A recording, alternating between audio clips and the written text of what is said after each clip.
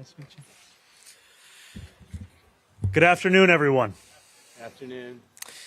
Before I share what we're doing to improve the tax process for New Yorkers, I want to continue to speak to the winter weather that impacts our city. We are now in our 12th day of this cold snap. Throughout it all, city workers have worked tirelessly on behalf of their fellow New Yorkers. Outreach teams have traversed the city, making every possible effort to bring vulnerable and homeless New Yorkers in from the cold. We have now made more than 980 placements into shelters and safe havens since Monday the 19th. The number of New Yorkers who have passed away during this code blue remains at 16. That does not mean that the danger, however, has passed. If you see someone in need, please call 311. Outreach workers and first responders from NYPD and FDNY will respond and get those New Yorkers the help that they need. In addition to everything being done by those workers and those first responders, DSNY workers, New York's strongest, continue their work. They have now cleared over 52,000 crosswalks, over 11,000 fire hydrants, and more than 17,000 bus stops. Operations continue around the clock. They have melted more than 150 million pounds of snow across our 5 boroughs and laid more than 200 million pounds of salt. Those same sanitation workers have also been collecting residential trash across the 5 boroughs. Every day, residents across our city set out about 24 million pounds of trash, recycling, and compostable material at the curb. New Yorkers will be able to expect that their trash will be picked up on their scheduled collection day. We are 1 day behind schedule in terms of recycling collection. This cold is going to endure, and so too will our efforts. I will continue to keep New Yorkers updated over the days ahead. Now, it is a pleasure to be here at one of our great New York City Health and Hospitals location, and to be here with so many New Yorkers who dedicate themselves to bettering the lives of their neighbors. I stand here alongside not only our council member, Harvey Epstein, as well as in front of our Manhattan Borough President, Brad Hoylman Siegel, as well as in front of Bishop Mitchell Taylor. And I want to say thank you as well to Michelle Lewis and Gotham Health for hosting us here today. I also stand here alongside a former colleague of mine who was doing tax preparation a long time ago. Good to see you, my friend. Tax season is upon us. For so many New Yorkers, a feeling of nagging dread begins to intensify as the April 15th deadline nears. Even now, in early February, I know that pressure is beginning to mount. It is not only the pressure of making sure you include every piece of information, but it's the worry that how much you might owe, whether the refund you may or may not receive can cover part of the rent bill for the month to come, and how much it'll cost just to get through that paperwork. And in a city where a dignified life is already hard enough to afford, where the cost of rent and childcare and transit feel insurmountable to so many, a few added dollars can make all the difference. That is why we are here together today to spread the word about New York City Free Tax Prep program, which delivers relief to working people across the entirety of the city. This is a program that helps New Yorkers file their taxes for free, keep every dollar that they've earned, and avoid the predatory fees that proliferate throughout so much of the tax industry. Nearly half of all New Yorkers are eligible. If your family earned up to $97,000, or if you're an individual who earned $68,000 in 2025, I encourage you to sign up for this program. Last year, this program saved New Yorkers $38.2 million on 110,000 cost-free returns, or $346 per return. That is measured in 110,000 households who found it a little easier to afford groceries, to pay their bills, to make rent. There are over 140 locations across the city that can help with your specialized tax needs year-round. Some of these can be found in health system sites, including New York City Health and Hospitals locations, just like this one, because we know that financial counseling does not only affect financial health, it also makes a lasting difference in overall health outcomes as well. I encourage every New Yorker to head to nyc.gov/tax prep. I know that's probably a website you never want to type in, but this will be one that can actually help make this a period that is far less stressful than what it has been. Because what this website will show you is how this program can make a difference for you. And it isn't only this website and the information about it that is the example of the work we're doing to reform and improve the tax process for New Yorkers. Because free tax prep only works if people are being protected from being ripped off. Since we took office 34 days ago, I have stood alongside Department of Consumer and Worker Protection Commissioner Sam Levine time and again as we have enacted an agenda to protect working families. We've stood up for delivery workers whose pay has been systematically stolen by the companies that employ them.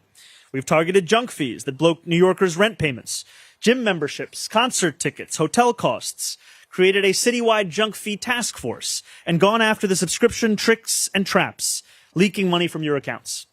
Today, we are taking that work one step further.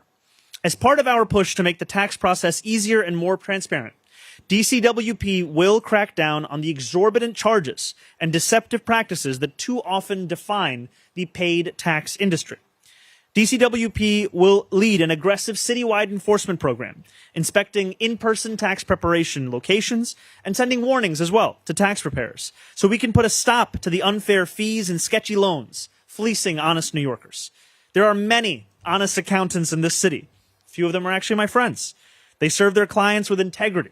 DCWP are not going after those who employ fair business practices. Rather, they will target those who use slippery and deceitful tactics to rip New Yorkers off and to increase the characterization of those New Yorkers of taxes as a time of immense stress. Taken together, these efforts represent more than a commitment to lightening the stress that too many New Yorkers feel or taking an anxiety-inducing process and making it a little less complicated. They are proof that government can directly improve people's lives, and that the people of this city can turn to City Hall and expect change that carries a tangible impact. We will measure their success when New Yorkers receive thousands of dollars in refunds, when our neighbors are no longer ripped off, and when the feared tax process inspires just a little less dread. And I want to end by saying this. I remember as an assembly member representing Astoria and Long Island City that I would take a walk with Bishop Taylor as we walked through my district, and I learned about the ways in which this kind of work was transformative in bringing dollars back into the pockets of working class New Yorkers. And now as I stand here before you as the mayor, I am proud to be building on that incredible work that has already been done for so many years, and now ensuring that this is something that so many more New Yorkers can experience as simply a fact of their life. And with that, I'm going to pass it over to our Commissioner, Sam Levine. Thank you, Mayor. It's so great to be here. This is a really exciting day. Love you too. Yeah. Thank you. They're all excited to save money on tax prep.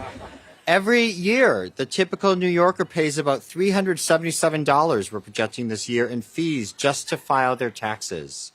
And that fee is its own kind of tax, cutting into for what many New Yorkers is their biggest paycheck of the year, their tax refund.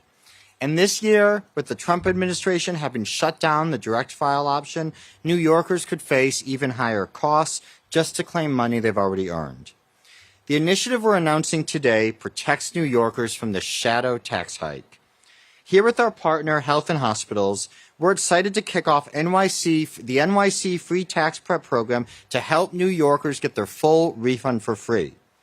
Each year, our Department of Consumer and Worker Protection partners with IRS-certified volunteer tax preparers at organizations across the 5 boroughs, I see some of them here, including Bishop Taylor, to provide free, accurate, and professional tax preparation services to tens of thousands of New Yorkers. If you made, I'm going to repeat what the mayor said, if you made $97,000 or less as a family, or $68,000 as an individual or couple without children or dependents, you are eligible to take advantage of NYC Free Tax Prep and avoid all of those junk fees and claim all the tax credits you're owed. Let me translate that. Nearly half of New Yorkers can file their taxes for free. Last year alone, NYC Free Tax Prep helped complete more than 110,000 returns and save New Yorkers more than $38 million in fees. This year, under the mayor's leadership, we are aiming to grow that figure significantly and save New Yorkers tens of millions of dollars at a time when every dollar counts. And critically, New Yorkers can say goodbye to fees without sacrificing quality. We offer professional IRS-certified volunteer tax preparers to make sure you claim every credit you're entitled to. That's especially important this year. This tax season comes with major changes, including the phasing out of paper checks for refunds, an expansion of Empire State Child Credit, and other changes that can make a huge difference for households. Last year, a mom in the Bronx was able to catch up on bills, groceries, and household necessities and clothes for her 2 young daughters after receiving more than $14,000 in her refund, including from the Earned Income Tax Credit and the Child Tax Credit. She has used NYC Free Tax Prep for years to avoid the high fees that others charge and make sure she's getting the full refund she's entitled to. New Yorkers deserve to claim these credits, and with their professional, trusted services available remotely and in person, eligible New Yorkers can file safely, confidently, and for free. And that is not the only good news this tax season. Alongside our launch of NYC Free Tax Prep, today we are also announcing a crackdown on predatory tax preparers who use junk fees and deceptive practices to exploit the people of the city. In response to the mayor's executive order targeting junk fees across our economy, DCWP is accelerating enforcement this tax season. We're deploying inspectors across New York to ensure tax preparers are following the law. We're issuing warning letters reminding preparers of the city's ban on illegal overcharging and hidden fees, and we're urging New Yorkers to ask your preparer for the Consumer Bill of Rights before paying anyone to file your taxes. If you think your rights are being violated, please let us know by going to nyc.gov/DCWP. For New Yorkers who pay to file their taxes, we're committed to ensuring you don't get ripped off. But I can't emphasize enough that the best way to not get ripped off is to use these free services. We now have more than 140 sites across the city that offer flexible options to meet your need, including specialized tax prep to assist self-employed individuals and small businesses. These services are tailored to the needs of gig workers, whether it's delivery workers, freelancers, small business owners, folks who often face hurdles to filing taxes and managing their record keeping. The City of New York is here to help. Please visit nyc.gov/taxprep. Look at our map for locations and details. The deadline to file a tax return for 2025 is April 15th, 2026. But NYC Free Tax Prep operates year-round. So if you missed the deadline or if you need help with returns from the past 3 years, New York City is here to help.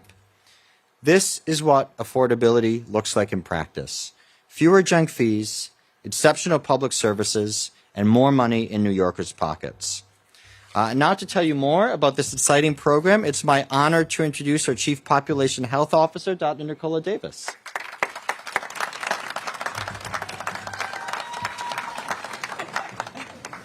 Thank you. Good afternoon. Good afternoon. It's an honor to be joined today by Mayor Zoran Mamdani. Your fight for affordability in New York City is at the core of our mission here at New York City Health and Hospitals. And thank you also to Commissioner Levine for your work to uplift financial empowerment for New Yorkers and for the ongoing commitment to partnership with New York City Health and Hospitals. At New York City Health and Hospitals, we know that health happens before a patient comes to the clinic and after the patient leaves the clinic. We know that health happens in their home, in their grocery stores, and also in their bank accounts. Financial stress is a major impact on mental health. It is a major impact that can lead to anxiety, sleepless nights, and it also can raise the risk of heart disease. So as a primary care doctor, I know that if a patient has to decide between affording food or medications, their health is going to suffer. As the largest safety net healthcare provider in New York City, we are dedicated to providing the highest quality healthcare services for all New Yorkers. And we provide that with compassion, dignity, and respect, and it is irregardless of immigration status or ability to pay. As the Chief Population Health Officer, my job is to reduce the barriers to health. we aim to remove those barriers. And by providing New York City free tax prep services where New Yorkers already receive their health care, we are treating financial insecurity as a public health priority. We started with a single free tax prep site in 2018.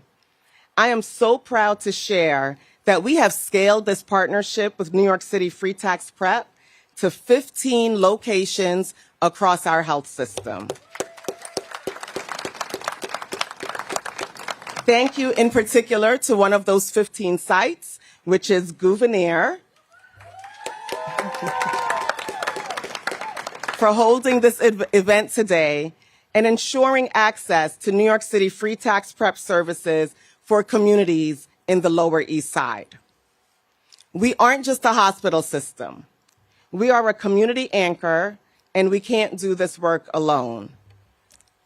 Many thanks to the years of partnership with the New York City Department of Consumer and Worker Protection, as well as our community-based partners, Grow Brooklyn, Arriva, Bronx Works, and Urban Upbound. By hosting certified tax preparers at New York City Health and Hospitals and MetroPlusHealth sites, we make it easy for a patient to get their checkup and their taxes all in one trip. In 2025, our health and hospitals and MetroPlusHealth tax prep sites alone served nearly 3,500 New Yorkers, helping them secure millions in federal and state refunds. These are real dollars. Refunds with tax credits can often be the biggest influx of income each year for low-income New Yorkers. The average New Yorker pays $346 just to file their taxes. By making it free, we're making it easier for them to afford other day-to-day necessities. So don't wait. Make an appointment to get help filing your tax return before April 15th. We are here at New York City Health and Hospitals to help you. Thank you. Thank you. And I will turn it over to Jessarica. How you doing?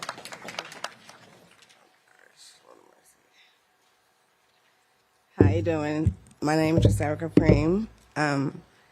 Before I get started, I'd like to thank Council. I'm sorry, my first time doing this. You're doing great. Okay, Mayor Mogami and Councilman Livingston and the Bishop, CEO, Mr. Taylor. I'm a tax preparer. I've been here for 4 years doing taxes. We change people's lives. People come in and they be very happy with their outcome.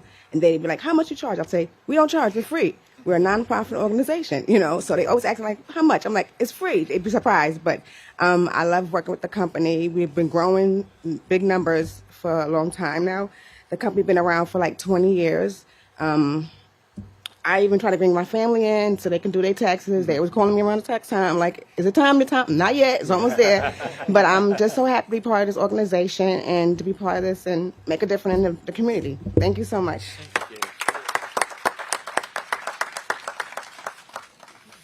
Good afternoon, everyone. Good afternoon, people of Gouverneur. Afternoon. So my name is Harvey Epstein. I'm the council member for District 2. I'm fortunate to work a lot with Bellevue. Nothing against Gouverneur. I love Bellevue, too. But this is a really important time of the year for New Yorkers. People are stressed out, anxious about what those tax returns will look like, the costs associated. Many New Yorkers are making choices between paying their taxes, figuring out food, rent, overall costs. Real opportunity. Really want to thank the mayor, the commissioner, deputy mayor, and H&H for their leadership here. This citywide effort for over 100,000 New Yorkers, what are we going to double it, triple it? What are we going to do, right? We're going to try. Tell New Yorkers, everyone you know, this is an opportunity for people who are low income to come get free tax preparer help. Earned income tax credits, can be just $2,300 a month for a family. Yeah, that's an opportunity. Getting voluntary tax assistance is a real change for people's lives. We heard from the mayor and the commissioner about all these hidden fees that people have, and we know everyone who's been afflicted by this issue, not just in the tax repair industry, industry after industry. This is an opportunity to tell people, let's avoid those fees and make sure that people can actually get their full refund and be able to do that to serve their family.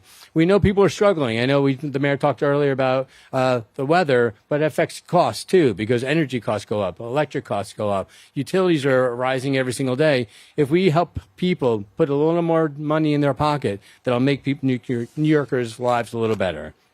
I want to thank the mayor and the commissioner for cracking down on some of these illegal activities that are going on in the city. I'm really proud to stand here with the commissioner and the mayor at H&H to talk about how we need to expand this program, make it better for consumers, and make sure we crack down on those illegal activities going on in New York City. This is an opportunity to talk about affordability. The mayor does it every single day. We need to make sure that people hear this message and know affordability comes in different shapes and forms and sizes. This is one critical component. I want to thank you for letting me be here.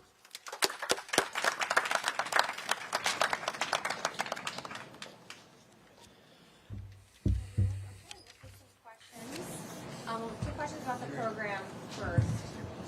Any on topics? Yeah, Kelly, go ahead. Hi, Mr. Mayor. Hi, Kelly. How are you? I'm good. I wanted to ask you, this program started under the previous administration. Is that an acknowledgement that he was helping when it comes to affordability and that he was doing his part to help New Yorkers when it comes to making sure they can afford to live in the city? Look, I think before I was the mayor, before I was an assembly member, I was a foreclosure prevention housing counselor at Chaya CDC.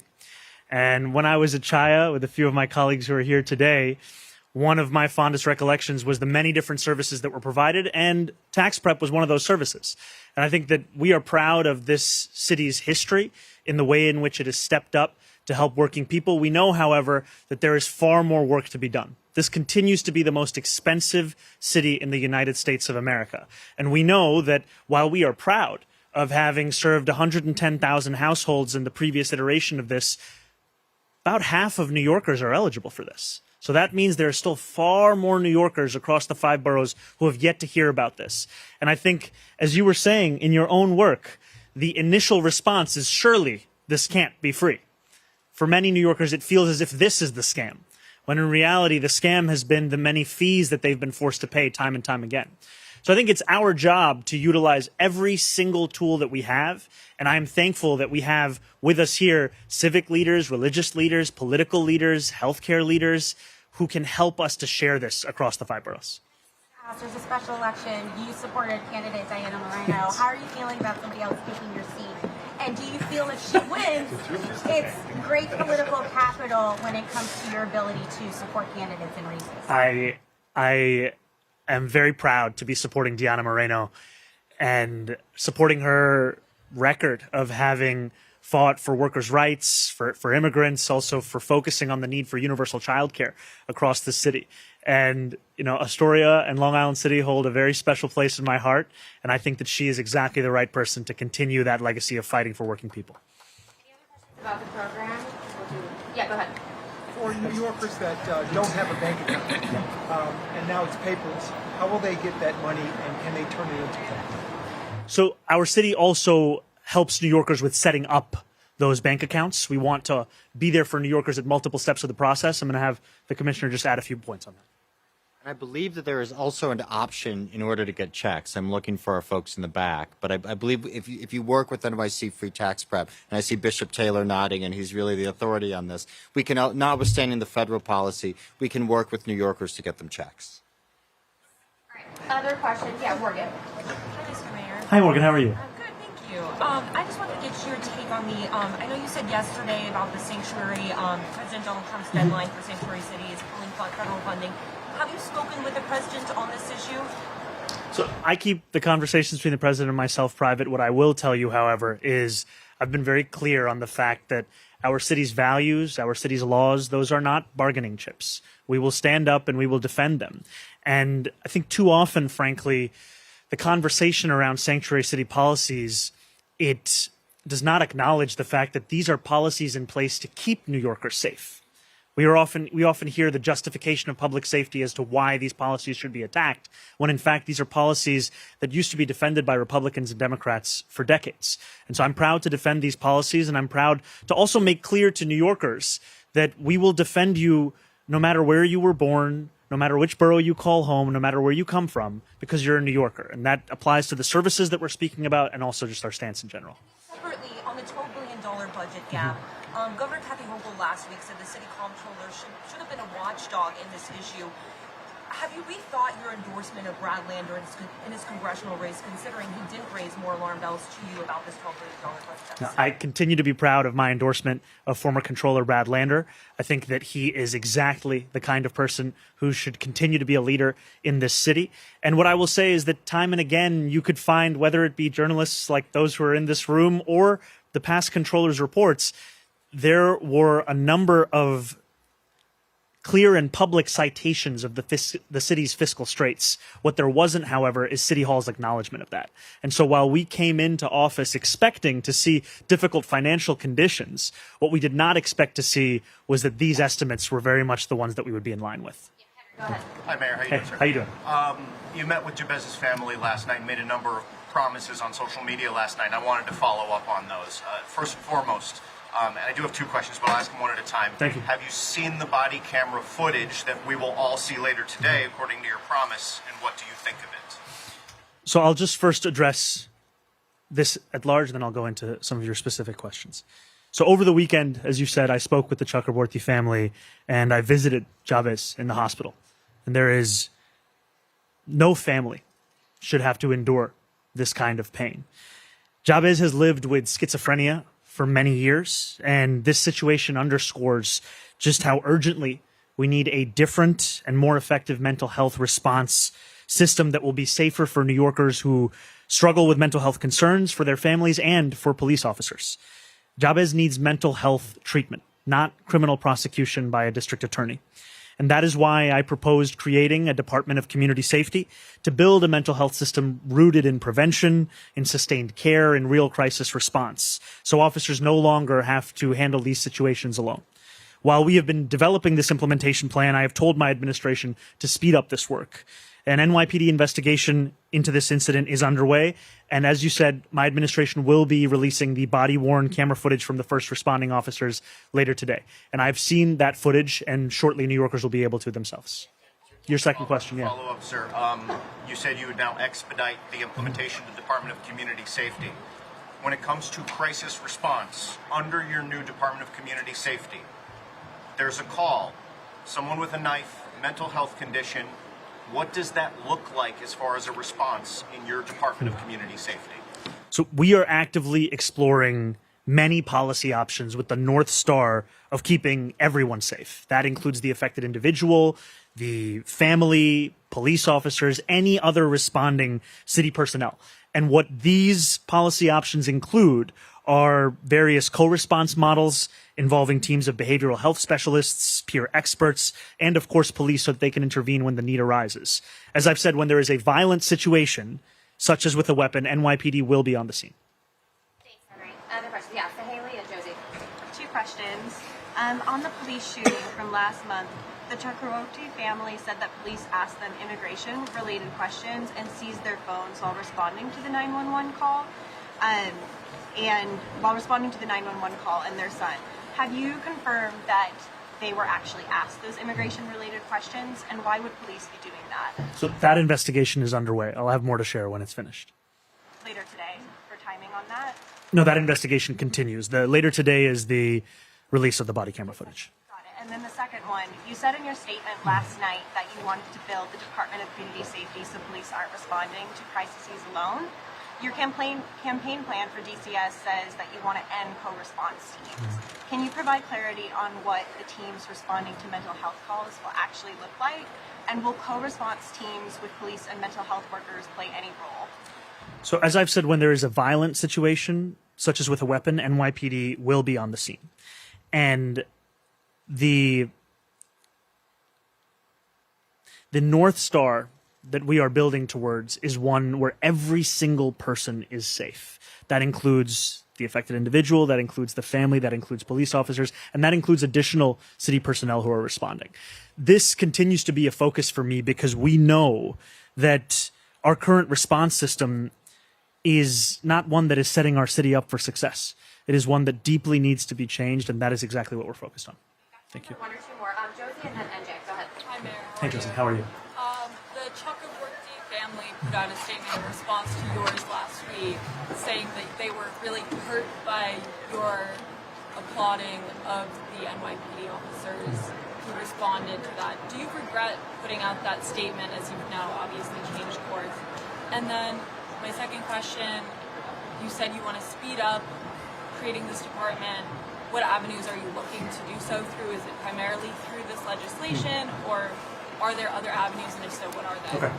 So I absolutely support Councilmember Ressler's bill to create the Department of Community Safety, and we are also exploring a myriad of additional options such that no matter the pursuit of the legislative creation of this department, it continues to be a possibility for us. And that is something that I'm confident of. That is also something that we will continue to keep New Yorkers aware of. And throughout all of this, as well as just in general, our focus is on transparency. It's on being clear with New Yorkers about the information that we have and looking to share that New Yorkers directly with them as well. Regret your first statement. I think he answered that question. Andy, go ahead. Sir, does seeing the body cam video change or reinforce your initial concerns about the encounter? My job as the mayor is to be straightforward with the New Yorkers and also to inform them of updates. And in meeting with the family, in visiting Jabez at the hospital, and in viewing this footage, it is clear to me that what Jabez needs is mental health treatment, not criminal prosecution from a district attorney. And we are talking about a family that is enduring the kind of pain that no family should, and an individual that has lived with schizophrenia for many years. And we have known of the need of a Department of Community Safety prior to this moment. This only highlights the urgency of that need and to be able to deliver it for New Yorkers. Can I get a clarification about something, Mr. Mayor? Yeah. So we'll make it really quick, and then we do have to go. I really need to have a clarification Please. about this. I know that you talk about the fact that the police can respond in these instances if there's a weapon. But in this case, there wasn't a knowledge that there would be a weapon. There was, the charges were that he was breaking glass. And at the last minute when the cops came in, he pulled a knife out in the kitchen. So how do you determine when the police can arrive if the initial call doesn't say he's got a gun, he's got a knife? What do you do? And then if it turns violent, if a person's there without the ability to stop him, what happens? So I think there's a few things to say here. One is a lot of this is exactly the focus of the conversations that we're having internally in developing out this Department of Community Safety. Additionally, I want to make clear that a person experiencing a mental health episode does not always have to be served first or exclusively by a police officer. It is important for us to have all of the options available, and that's exactly what we're looking at. Thank you all so much. Appropriately, Mr. Mayor, having seen the footage?